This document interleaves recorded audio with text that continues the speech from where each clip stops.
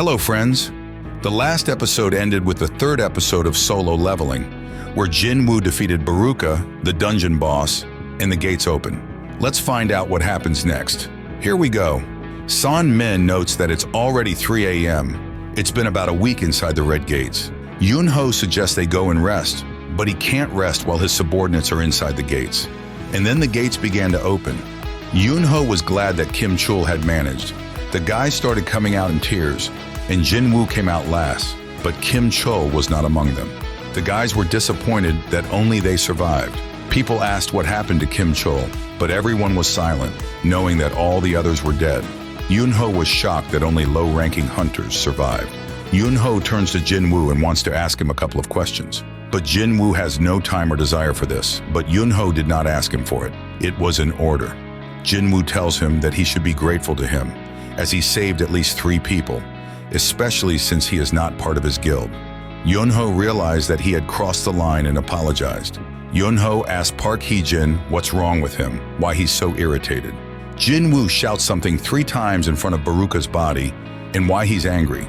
Yoon Ho asked Son Min to recruit Jin Woo into the White Tiger Guild at any cost. Jin Woo couldn't get Baruka. All 3 attempts to extract his shadow failed, but he got his dagger. Jin Woo escorted Sona home. She apparently no longer wants to go on raids.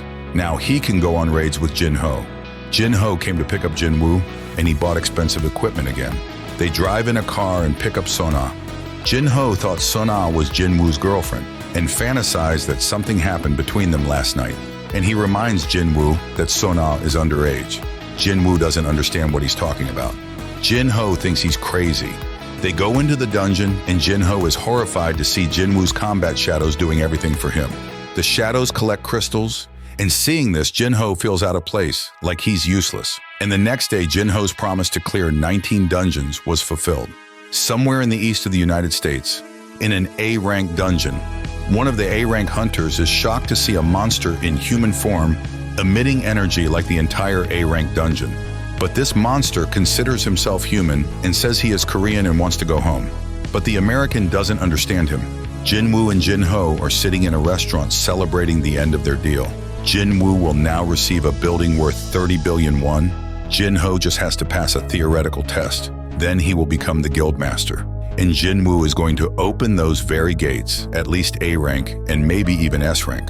Jin Ho admits that Jin Woo has become like an older brother to him. Because his blood older brother doesn't love him, they never were friends. Jin Woo doesn't mind calling him his younger brother. On TV, they show an interview of Yoon Ho to journalists about the recent incident with the Red Gates. He assures that the theory that an outsider squad intervened is wrong, but Yoon Ho also prevents interviews with the survivors. This seems strange to Jin Woo. Yoon Ho came to his office. He is unhappy with how persistent the reporters are. He got a call from Benggu, and he informed him that the Japanese Hunter Association has secretly invited Korean S-rank hunters, especially those involved in the raid that took place on Jeju Island. 4 years ago, S-rank gates were opened on Jeju Island. After 3 failed attempts, the government stopped all attempts on the island. Yoon Ho knows what horror it was, which he still doesn't want to remember. Yoon Ho suggests not doing anything and leaving the ants there, or rather, the ants that infest the island. But Benggu tells him the bad news. The ants have mutated. Now they can fly. One of them was found on the shores of Japan. They are evolving into terrible creatures. Jin Woo packed his things and sent them to the dungeon. Jin-ah teases him that he's going out with a girl. Jin Woo entered the dungeon where he had to climb higher through the floors. He inserts the key he got from Cerberus into the tower's door. He enters and walks through the hall and eventually comes out into an open space. It was literally a mirrored reflection of Soul, only teeming with fire and completely resolved.